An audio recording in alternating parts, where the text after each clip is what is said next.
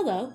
Today, we will be looking at the history of the gay rights movement between the 20th and 21st centuries. To fully understand this history, we are going to start with one of the biggest turning points in the movement, the Black Cat and Stonewall Inn protests in the late 60s. The Black Cat was a tavern in Los Angeles, while Stonewall Inn was located in New York. Both were frequented by gay patrons and were often raided because of sodomy laws, which were in place in all states except Illinois, where they had been repealed in 1962. The Black Cat protest involved 200 attendees protesting the undercover cops and police brutality. The Stonewall Inn riots broke out because of police raiding and were led by patrons and a black transgender woman named Martha P. Johnson, located on the left. To better understand what led up to these events, let's go back 40 years to the Roaring '20s. Gay culture began to be more prominent in New York with balls. Ball culture started in Harlem in 1869 by Black and Latino people, and by the 20s it had around 7,000 attendees of various races and social classes coming together to participate in drag events.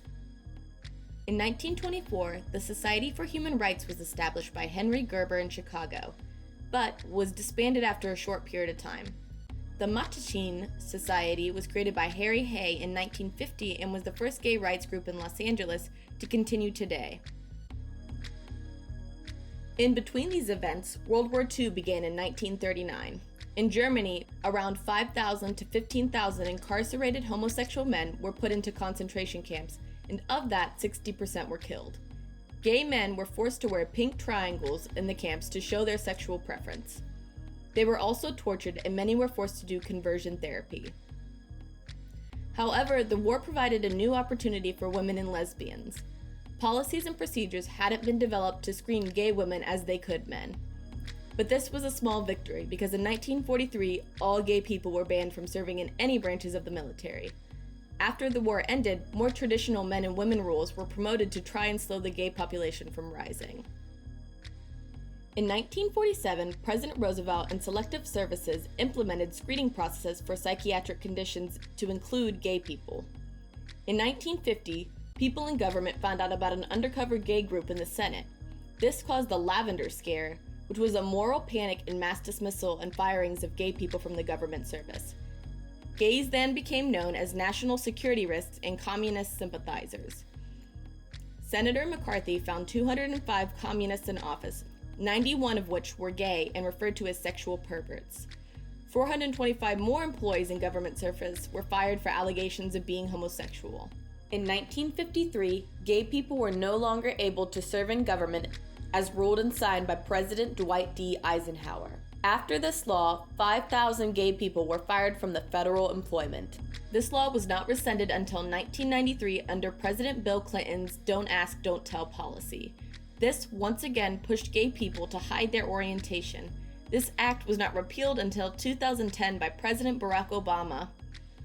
LGBTQ people were not able to finally serve openly until September 20th, 2011. Another problem that is rarely discussed is the social issues that resided in these communities during most of the 20th century.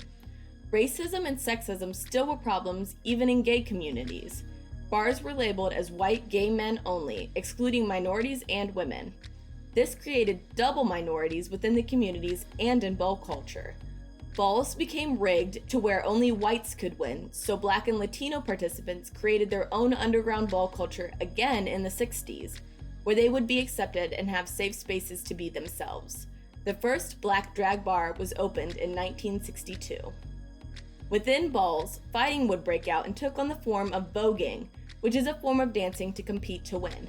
In 1990, Madonna's Vogue in the movie Paris is Burning brought the underground culture to the light. The 1990s also saw a glaring issue for the LGBTQ community, that HIV/AIDS had become an epidemic. The first cases were found in gay men in June of 1981, and by the 1990s, more Americans had died from the disease than those who had died in the Vietnam War in the 60s and 70s. For most of the 80s and 90s, AIDS was labeled as a gay disease. AIDS Coalition to Unleash Power, also known as ACT UP, was started in March of 1987 in New York. A ball named the Latex Ball started being held yearly to educate people, provide protection, and free HIV testing. ACT UP protested experimental drugs and for safer sex teachings. In 1989, Stop the Church was a demonstration held in New York during a Catholic Mass to protest the church's views against safe sex. Religious views and standings have played a vital role for many years in the persecution of the LGBTQ community. Gay terminology wasn't added into Bibles until the 20th century.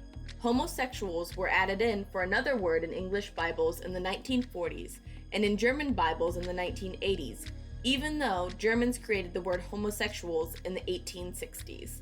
The original word that homosexuals replaced was a word that described child molesters. That brings us to the 21st century. Today, pride parades are held all over the world annually. They are typically held in June to commemorate the Stonewall protests. The rainbows we see all over in honor of the LGBTQ community was used in 1978, designed by Gilbert Baker. The colors each represent an important meaning. Black and brown colors were added in 2017. Pride parades have become an important part of the LGBTQ+ community, getting to celebrate their culture and history. Here are some testimonials from a parade in the 70s. My feelings about gay pride, I'm quite proud of myself. Well, not proud, I'm very accepting of myself and other gay people. I'm bisexual myself, and, I think everybody should be able to live and do as they see fit in their own sexual life. Just means that we can walk the streets as ourselves and not be harassed by anybody, and just be ourselves. I don't know, it just means that I'm glad to be what I am, a lesbian. In April 2001, the Netherlands was the first country to fully extend marriage rights to gay couples. In 2015, all 50 states in the U.S. legalized gay marriage. In 2020, the U.S. Supreme Court ruled to protect employees from workplace discrimination based on sexual orientation. This was a huge success for the LGBTQ+ community. But the fight still continues. 68 countries still criminalize homosexuality. President Donald Trump issued to ban transgender people from serving in the military, but the House is passing a defense bill in 2021 that will repeal this ban. In the year 2020, 28 transgender people have been murdered for their orientation. This issue needs to be discussed. Those in the LGBTQ+ community will continue to fight and deserve our support.